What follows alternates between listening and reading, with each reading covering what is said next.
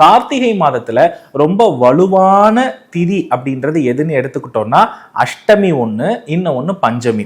கார்த்திகை மாத வளர்பிறை பஞ்சமியிலும் கார்த்திகை மாத வளர்பிறை அஷ்டமியிலும் எவர் ஒருவர் பஞ்சமி திதியில் தனலட்சுமியை சில்லறை நாணயங்களால் வழிபாடு செய்வதும், கார்த்திகை மாத வளர்பிறை அஷ்டமி திதியில் அஷ்ட தசபுஜ மகாலட்சுமி அல்ல அஷ்ட தசபுஜ துர்க்கை அப்படின்னு இருப்பாங்க.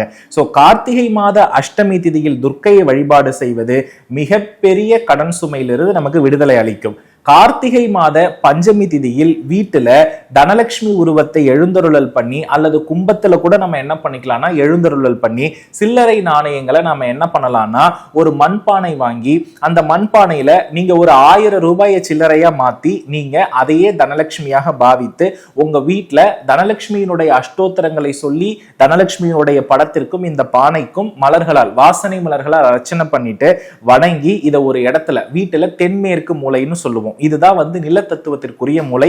அங்கதான் நம்ம பீரோ வச்சிருப்போம். இல்லைன்னா வீட்டுடைய சமையலறை, இது மகாலட்சுமி வாசம் செய்யக்கூடிய இடம்.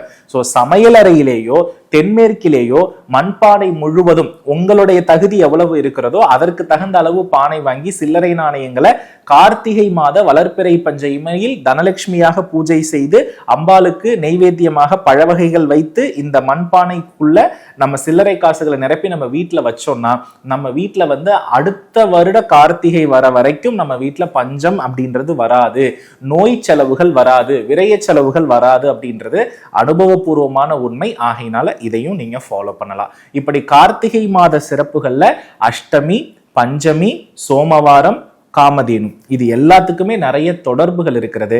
இதை மட்டும் சரியா ஃபாலோ பண்ணி இந்த கார்த்திகை மாதத்தை மிக சிறப்பாக நீங்க கொண்டாடணும். மேலும் அடுத்த ஒரு நல்ல பதிவோடு உங்கள் அனைவரையும் சந்திக்கிறேன். அதுவரை உங்களிடமிருந்து விடைபெறுகிறேன். வெற்றிவேல் முருகா. நன்றி, வணக்கம்.